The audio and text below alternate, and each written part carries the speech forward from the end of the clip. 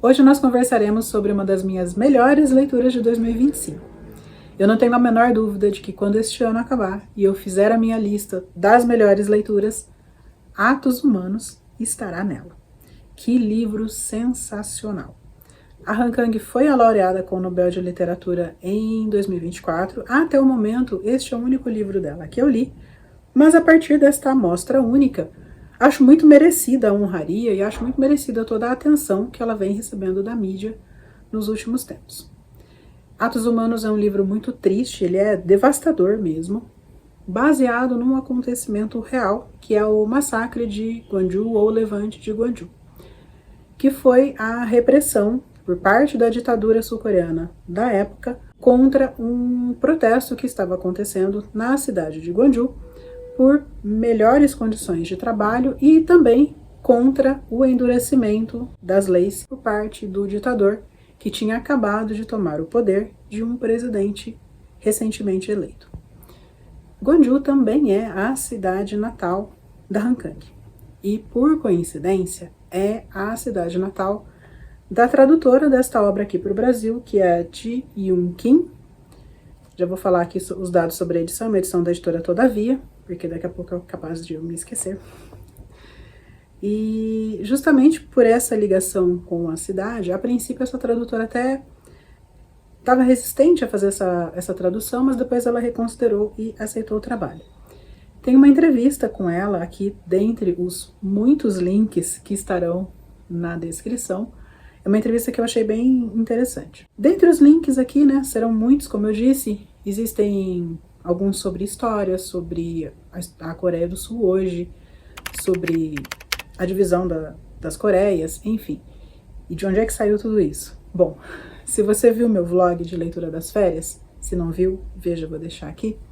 Lá eu comento que eu estava interessada, né, em todo o contexto histórico, então eu trouxe uma parte do que eu aprendi aqui para o vídeo e, claro, deixei muitas das referências aqui na descrição. Eu acho muito importante pontuar que em 1980 não havia coreano vivo com lembranças de como era viver num país realmente livre, independente. Isso porque já havia mais de 100 anos que a Coreia estava sob dominação de terceiros, de outros países, e até que ela foi dividida, também sob influências externas, e estava vivendo um regime ditatorial em 1980, quando se dá aqui o desenrolar dos fatos. Como é viver num país livre? Como que é viver num país que exerce a sua soberania e que é governado por um governo democrático? Eles não sabiam. Então o conceito de liberdade é uma ideia, é um conceito, é um sonho, para muitos um objetivo, e é por isso que eles estavam lutando por condições melhores. O que eu mais gostei neste livro é que, a partir dele, eu consegui fazer várias correlações com a sociedade coreana hoje, que é algo que eu trato mais lá no final do vídeo. Se você não quiser assistir a parte do contexto histórico, você pode pular para onde eu começo a falar do livro, do enredo, porque este vídeo, como sempre, está dividido em capítulos, é possível pular, mas eu recomendo que o vídeo seja visto na íntegra para melhor compreensão do enredo e também das correlações que eu vou fazer na última parte a respeito da Coreia hoje. Talvez você tenha percebido que eu estou gravando este começo depois de ter feito todo o resto, e de fato eu estou, na verdade, regravando este início porque eu fui omissa em relação a uma coisa que eu considero inadmissível. Dando uma pincelada breve aqui a respeito do livro, essa é uma obra polifônica. Nós temos aqui 6 capítulos, mais um epílogo, cada um com um narrador, e são pessoas diferentes narrando em tempos diferentes sobre ou os eventos ou as consequências dos eventos acontecidos lá em maio de 1980.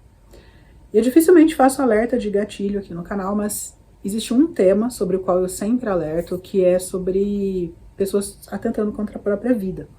Então, se esse tema é sensível para você, passe longe de Atos Humanos, tá? E acho importante alertar também que neste livro há diversas cenas de descrição de ferimentos, detalhes de como as pessoas morreram, detalhes de tortura. Então, se você é sensível a esses temas, veja bem se vale a pena ou não ler este livro e se valer quando vai valer a pena, tá? É uma obra maravilhosa, muito bem escrita, mas que requer aí um certo equilíbrio psicológico e um pouco de estômago também para o bom aproveitamento da obra. Bom, feito esse alerta, agora sim, vamos à resenha que já estava feita, que está estruturada da seguinte forma: aspecto histórico, enredo, o que eu achei do livro, né, a minha crítica em relação ao livro e as correlações que eu fiz entre a sociedade coreana hoje e a forma como esses personagens se desenvolveram ao longo do livro. Só para nós ficarmos aqui nos últimos 150 anos da história da Coreia, até 1876, a Coreia, ainda unificada, era um estado tributário da China, ou seja, era um país que tinha sua autonomia, mas que devia tributos à China. Nesse ano que eu mencionei, 1876, houve a assinatura de um tratado desigual, que concedia extraterritorialidade para os japoneses, ou seja, eles estavam usando os portos da Coreia, eles forçaram uma abertura de portos e circulavam livremente pela Coreia. E era desigual, obviamente, porque os coreanos não poderiam fazer o mesmo em relação ao Japão. Esse aí foi conhecido como o Acordo de Kanha. E eu vou me valer aqui das minhas anotações com alguma frequência nesta primeira parte do livro, do vídeo, aliás, para ter um pouco mais de precisão aí com as datas e os nomes. Com a assinatura desse tratado desigual, o Japão passou a ser um parceiro, entre aspas, mais frequente da Coreia, mas a intenção de anexação daquele território já era perceptível e, de fato, aconteceu em 1910. Entre essas duas datas, vamos destacar aqui dois acontecimentos que são, primeiro, a Primeira Guerra Sino-Japonesa, em 1894, que foi uma guerra entre o Japão e a China, justamente por quê? Pelo controle da Coreia. E, posteriormente, em 1901 a 1905, a Guerra Russo-Japonesa, mais uma vez, uma disputa tanto pelo território da Coreia quanto pela Manchúria. E o Japão saiu vencedor dessa disputa. Então, ele acaba se fortalecendo ali como uma potência na região, e o exército japonês passa a ser visto com mais respeito e até um certo medo, né, pelos outros países. Muito bem. Em 1910, então, acontece essa anexação da Coreia como um território japonês, e aí é que acaba, de fato, todo o sossego, né, e toda a esperança do povo coreano de viver livre, porque o Japão realmente subjugou a Coreia e reprimiu seus hábitos, seus costumes, sua cultura, sua comida, os nomes. Tudo que fosse referente à cultura coreana era reprimido, era errado, era até ilegal. O idioma oficial passou a ser o japonês e tudo que fosse culturalmente relevante também deveria ser produzido em japonês. Claro que a população não ficou totalmente parada nesse tempo. É notável aí um marco em 1º de março de 1919, que foi um protesto bem grande dos coreanos contra a dominação japonesa, que acabou, claro, não dando em nada, mas era mais evidente, né, a insatisfação dos coreanos com a situação em que eles estavam vivendo. Com o final da Segunda Guerra Mundial e a derrota para o Japão, nós temos aí a independência da Coreia, até então unificada. Parecia que seria um alívio, né, para os coreanos, eles finalmente seriam livres, mas infelizmente não.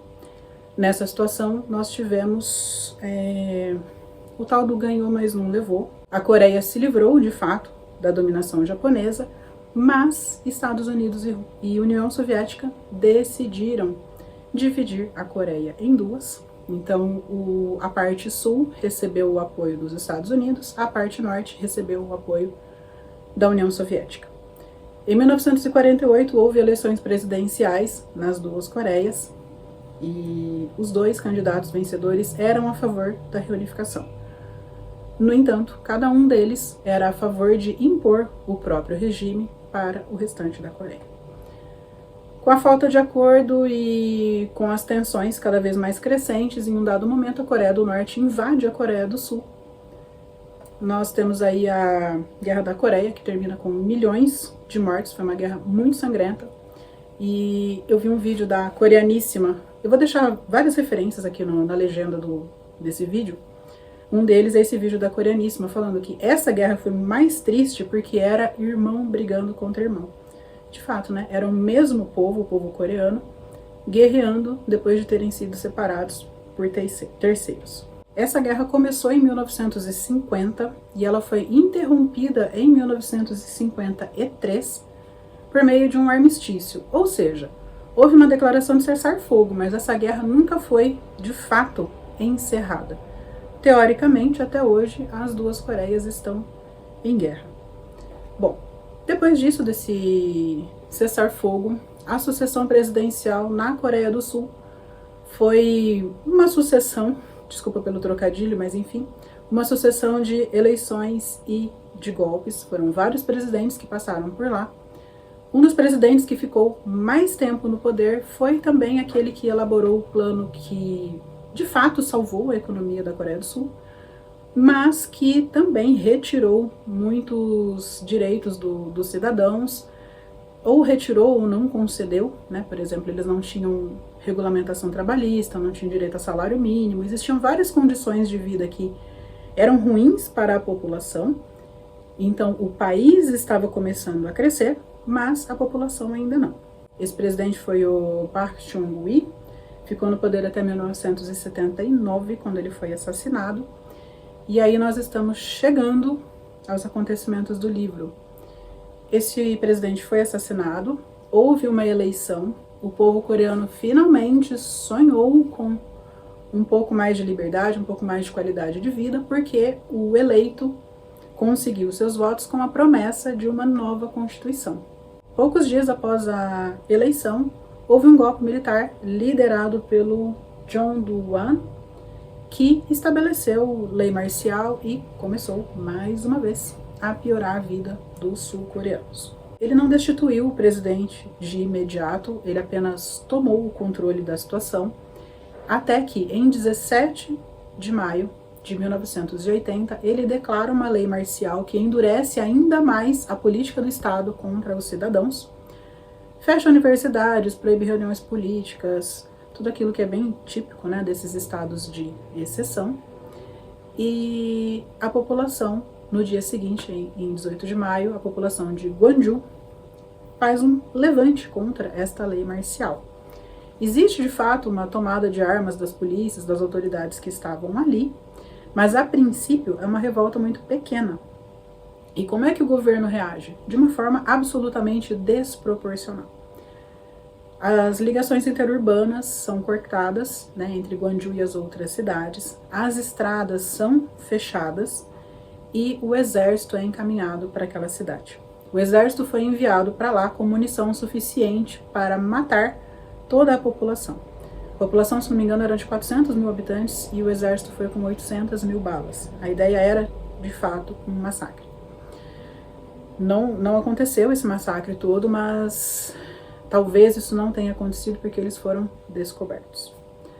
Apesar de todo esse bloqueio para que ninguém entrasse na cidade e ninguém dela saísse, um jornalista alemão que vivia no Japão conseguiu se infiltrar em Gwangju com uma câmera e ele filmou o que estava acontecendo de fato ali. Ele filmou pessoas civis na rua sendo atacados pelo exército. Ele conseguiu sair de lá com essa fita e mandou essas imagens para o mundo. Então nós temos, de fato, registros reais do massacre de Gwangju. E aí a pressão internacional, claro, foi pesada em relação à Coreia do Sul e o exército foi retirado da cidade. Esse é, portanto, o contexto histórico em que vai se desenvolver o nosso livro. Chegamos finalmente ao enredo. Essa é uma obra polifônica com 6 capítulos e mais um epílogo. Cada capítulo é narrado por uma pessoa diferente e fala sobre aspectos diferentes a respeito do massacre. Nós temos capítulos que se passam durante o massacre e temos também alguns outros que passam em anos depois, mostrando como as pessoas que presenciaram tudo aquilo foram impactadas pelos acontecimentos. O primeiro capítulo é o cerne do livro. Eu demorei um pouquinho para perceber que tudo girava em torno dele. Então já vou deixar o aviso aqui. Leiam o primeiro capítulo com muita atenção, prestem atenção nos nomes, porque ele é a chave para a perfeita compreensão de capítulos seguintes. Ele começa com o Dongwoo, que é um adolescente aí de 15 anos, que eu não sei exatamente quantos anos teria aqui no Brasil, se seria 13 ou 14, porque o sistema de aniversários da Coreia é diferente do daqui, né? Então vamos imaginar aí um adolescente de uns 13, 14 anos, procurando por um amigo que desapareceu. E esse amigo desapareceu quando estavam os dois, o Dongwoo e esse amigo Jung-dae, procurando pela irmã dele que havia sumido. E o sumiço dessa irmã é que era muito estranho, porque ela era a única parente viva do... Viva não, né? A única parente local do Jung-dae, ela que criava o irmão, e ela era muito responsável, então não é normal que ela simplesmente não volte para casa, né? Ela que trabalhava, ela que sustentava o irmão, sustentava a casa. Então eles saem para procurar essa moça, sem muita expectativa de encontrá-la viva, isso que é mais triste. E depois que ele se perde do amigo, mais uma vez, ele sai para procurar o amigo, também sem muita expectativa de encontrá-lo vivo. Justamente por isso é que ele, logo no começo do livro, está procurando o amigo entre as vítimas fatais. Ele está numa espécie de auditório que foi montado para juntar os corpos que estão à espera de reconhecimento pela família. Então ele está por ali, vendo os mortos, vendo se ele encontra o amigo, não encontra, e uma das moças que está ali presente pede para que ele fique por lá para ajudá-las, porque tem muito trabalho, tem muito corpo chegando e eles estão ficando sem mãos para tanto trabalho. Então ele fica por ali e nós temos aí algumas cenas horríveis, esse livro é muito difícil de ler, sobre ferimentos, detalhes de como as pessoas estavam, detalhes de corpos em decomposição, é um começo assim bem difícil de ler. Então ele fica por ali para ajudar essas moças e meio que esperar para a hora que o corpo do amigo chegar, ele já ter condições de identificá-lo. Então nós vemos esse menino catalogando as pessoas, catalogando as vítimas, e ele fica pensando sobre os absurdos de tudo que está acontecendo, sobre a vida, sobre a morte. Ele pensa muito sobre o que é que acontece após a morte, ele tem dúvidas naturais de qualquer pessoa, especialmente de qualquer jovem. E neste capítulo nós já vemos muitas menções a esses acontecimentos que eu estava falando agora há pouco. Nós temos menções aí, por exemplo, a incomunicabilidade da cidade, a presença maciça do exército, o ataque a pessoas de surpresa na rua. E nós temos também a menção a algo que eu esqueci de dizer, que é o que o governo estava dizendo para o restante do país. O governo dizia que Gwangju estava incomunicável porque as pessoas estavam fortemente armadas atacando o exército. Então houve uma inversão aí da narrativa, né? E nos mostra também algumas desconfianças dos personagens. Por exemplo, se não estava mais acontecendo protesto, se quase ninguém saía na rua, por que não para de chegar corpo? Por que chega cada vez mais gente? As pessoas estavam sendo atacadas em todo lugar, inclusive em casa. Então algumas desconfianças do começo do livro têm o seu fundamento, né? E as pessoas demoram um pouquinho ali para perceber o que é que está acontecendo. Sobre os outros capítulos, eu não vou falar tanto sobre enredo, porque existe o impacto de você perceber quem está falando, qual era a relação dessas pessoas com os primeiros acontecimentos, quem eram elas no começo do livro. Só vou adiantar em relação ao segundo capítulo, que já não é tão spoiler assim, em que nós temos a construção de um narrador falecido. A pessoa que está narrando ali é uma alma. Então essa alma está dizendo como ela morreu, o que aconteceu com o corpo dela, onde ela está e a quantidade de pessoas que estão em volta. Então nesse capítulo nós temos uma das chaves para que a contagem a contagem oficial de vítimas seja tão baixa. O governo fala que morreram umas 200 pessoas só. E as famílias e a comunidade internacional não chega muito num acordo, porque tem mais de, acho que 2.000 pessoas entre mortos e desaparecidos. Isso entre os relatados, né? Mas quando acontecem esses eventos assim, existem também os corpos não reclamados, porque a família inteira morreu, né? Enfim. Vou voltar aqui para o enredo, porque eu já estava começando a partir para a opinião.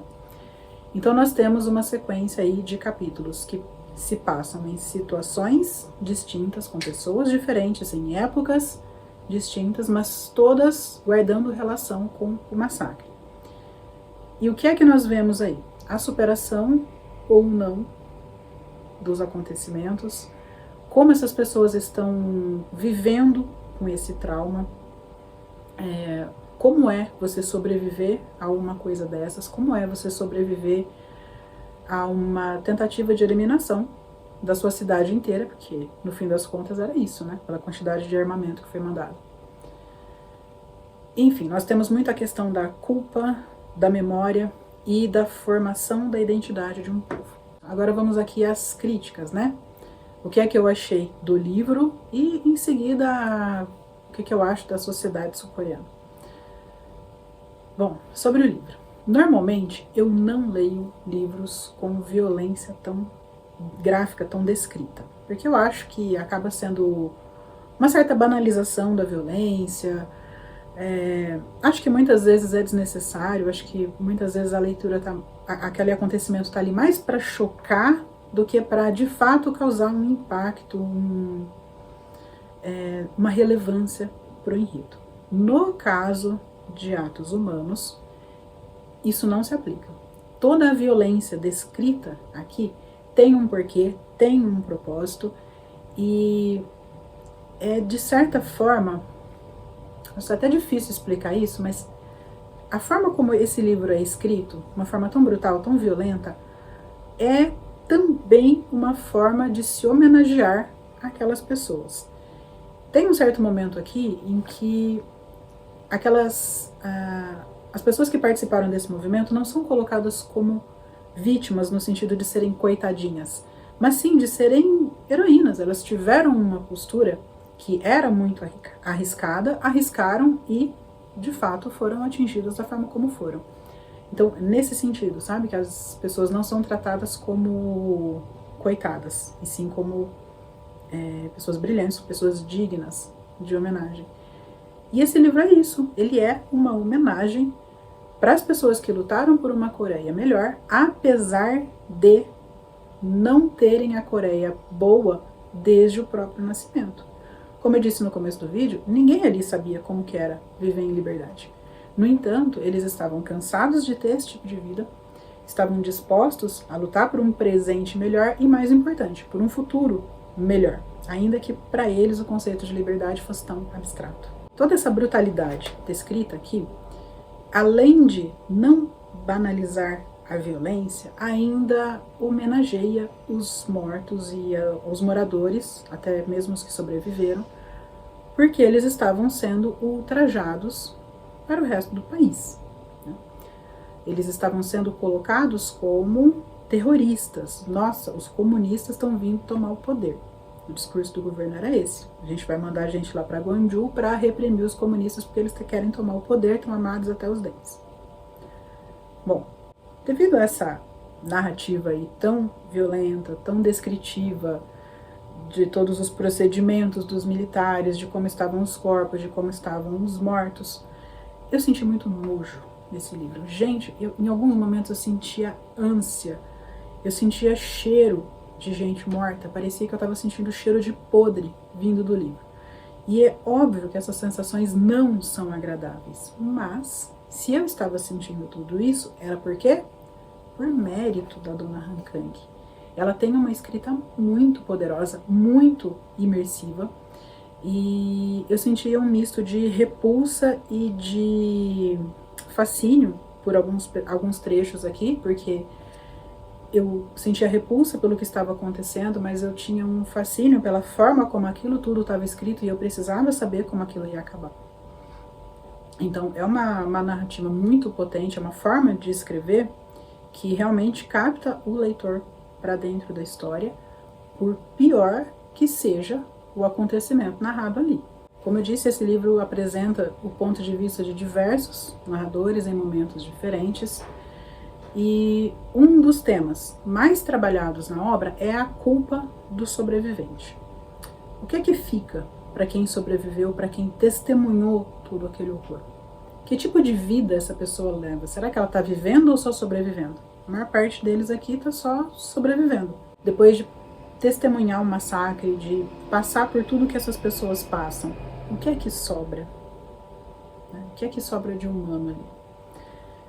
Bom, por falar em humano, em relação ao título do livro, este não é o título original. O título original é Lá Vem o Garoto, ou O Garoto Vem Aí, algo assim.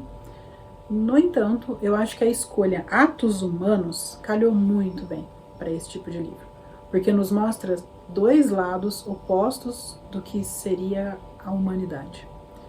Por um lado, nós temos aquele ato humano que normalmente nós atribuímos a alguma monstruosidade, que é a de matar, de guerrear, enfim, de cometer atrocidades. É muito comum que nós mesmos, né, no dia a dia, fulano, nossa, matou a mãe, nossa, é um monstro. Não, ele é uma pessoa. E às vezes a gente não gosta de confrontar essa realidade, de que alguém, um semelhante nosso, é capaz de atrocidades. Então o livro traz esta monstruosidade para o território do humano. Inclusive no primeiro capítulo, o Dongo testemunha um assassinato lá e ele fala, foram mãos humanas que dispararam, foram quadris humanos que passaram por ali. Ele tem essa epifania de que são pessoas fazendo tudo aquilo. E nós temos, por outro lado, os atos humanos no sentido da bondade, da compaixão, já no primeiro capítulo também, para dar um exemplo, que são essas pessoas que estão ali no ato de profunda caridade, tentando deixar as vítimas um pouco mais apresentáveis para o reconhecimento da família. É um trabalho de abnegação, é uma entrega que esses jovens estão fazendo ali, que é enorme. Então, nós temos aspectos diferentes da humanidade, em extremos opostos, sendo trabalhados ao longo do livro. Sobre o livro em si, né, o que eu acho do livro, eu já disse aqui. Bom, o que é que tudo isso que eu disse tem a ver com a minha opinião a respeito da Coreia? E agora, gente, é puramente opinião, tá? Eu vou falar de um assunto aqui que é sério e que não tem causa única, tá? Bom, quando a gente fala hoje em Coreia do Sul, o que é que vem à mente? Grandes corporações, uma economia forte, um ensino muito forte também, e uma tendência das pessoas de cumprimento estrito de regras. A sociedade coreana é muito bem estruturada e muito regrada. E o que é que nós temos também aí de profundamente negativo a respeito da Coreia do Sul? A Coreia do Sul tem a maior taxa de pessoas que atentam contra a própria vida dentre os países desenvolvidos. A Coreia do Sul tem uma questão muito séria de saúde pública em relação a pessoas se matando. Eu não quero usar a palavra correta aqui porque eu acho que existe alguma censura do YouTube em relação a isso, mas vocês compreenderam perfeitamente do que é que eu estou falando. Por que esse livro me fez pensar em tudo isso? Porque todos esses sobreviventes estão lidando com as próprias emoções de forma solitária e sempre para dentro. Eles estão engolindo todo aquele sentimento. Eles não tratam aquele trauma. Eles não tratam aquela angústia, aquela culpa. É claro que tratamento algum faria que eles tivessem uma vida normal, mas tratamentos terapêuticos corretos poderiam dar ferramentas para que eles lidassem com essas consequências de uma forma mais saudável. E isso não acontece. E eu fiz um paralelo aqui enquanto eu lia em relação a toda a sociedade sul-coreana, porque é uma sociedade incentivada a não compartilhar tanto as próprias emoções, no sentido de não se abrir a fragilidades, né? É uma sociedade mais fechada nesse sentido de guardar as emoções. E eu aqui a gente, como eu disse, é puramente opinião, puramente especulação. Eu me pergunto hoje se essa questão tão séria de saúde pública tem algo a ver com esse passado da Coreia de tantos acontecimentos seguidos de tentativa de dominação, sem que os indivíduos se curassem e, por consequência, sem que a sociedade se curasse também. Claro que esse não é um problema que tenha causa única, seria leviano demais afirmar qualquer coisa nesse sentido, mas é algo a se pensar, né? Será que esse modo de vida sul-coreano é sustentável no longo prazo? Tenho minhas dúvidas. E uma outra coisa também foi, enquanto eu estudava um pouco da história da Coreia do Sul, sobre como a relação quase promíscua entre o governo e as grandes corporações permanece até hoje. Eu esqueci o termo que se dá para essas empresas que eram familiares, as maiores empresas da Coreia ali nos anos 60, 70, que fizeram acordos com o governo para crescimento. Eu vou deixar o nome aqui. O melhor exemplo que nós temos é a Samsung, né? Então, algumas empresas receberam um bom incentivo do governo para fortalecerem a sua indústria, dar emprego para aquelas pessoas e exportar produtos. A ideia, a princípio, do governo sul-coreano, na época lá dos golpes, dos presidentes militares e até dos eleitos, que não eram tão democráticos assim, a ideia era fortalecer a economia da Coreia do Sul e fortalecer principalmente as exportações. Hoje em dia, se você observar a Coreia do Sul, o Japão, muitos países ali do leste asiático, eles têm uma tolerância muito baixa para a corrupção. Eles não admitem. Políticos já perderam poder por coisas que aqui no Brasil seriam muito relevadas. No entanto, não faz tanto tempo assim, um herdeiro da Samsung, que teve uma condenação séria, conseguiu perdão presidencial e não cumpriu a sua pena. Então veja, hoje em dia a Coreia do Sul tem uma mentalidade diferente da que existia naquela época, nos anos 70, 80. No entanto, esse protecionismo não deixou de existir, apesar de toda a política anticorrupção que existe naquele país. E um acontecimento extra aqui, pouco antes da leitura desse livro, eu acho que foi em novembro, dezembro, o governo sul-coreano decretou novamente uma lei marcial. E o que é que aconteceu? O pessoal do partido dele apoiou, a base dele ficou do lado dele? Não. Eles foram contra. Eles se mobilizaram para derrubar aquela lei marcial. Oposição e situação se uniram em prol do país. O ideal de nação que eles têm é que eu acho exemplar.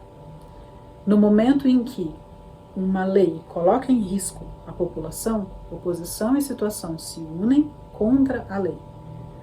E é um comportamento que eu acho muito admirável, porque isso não só no Brasil, tá? Em vários países isso acontece. Se o governante toma uma atitude que é prejudicial para o país, a base dele fica do lado dessa atitude, por pior que ela seja. Por quê? Porque eles querem proteger o político, não proteger a nação. E, no entanto, a Coreia do Sul, apesar de todas as feridas abertas que ainda existem lá, eles souberam ter uma cultura que, neste caso, da lei marcial de 2024, eu considerei exemplar. E agora, eu finalmente vou dar esse vídeo por encerrado, depois de falar de história, de enredo, do que eu acho da sociedade. Mas, gente, eu de fato queria falar sobre tudo isso nesse vídeo. O que é muito curioso é que eu li Atos Humanos porque ele era a leitura de janeiro do Clube do Livro aqui da minha cidade. É um livro que normalmente eu não leria. No entanto, como eu queria participar dos debates do clube, eu resolvi ler. E no dia do debate, teve uma alteração de horário, eu tinha um compromisso naquela hora também, eu acabei não indo. Então, tudo que eu queria ter conversado sobre este livro com o pessoal do clube, eu não pude, ficou aqui. Então, não vai ficar aqui. Eu preciso explanar, eu preciso falar. E que meio melhor, né, de falar sobre um livro do que no próprio canal do YouTube. Bom, muito obrigada para você que sobreviveu a esta leitura até aqui. Nós nos vemos nos próximos vídeos. Até mais!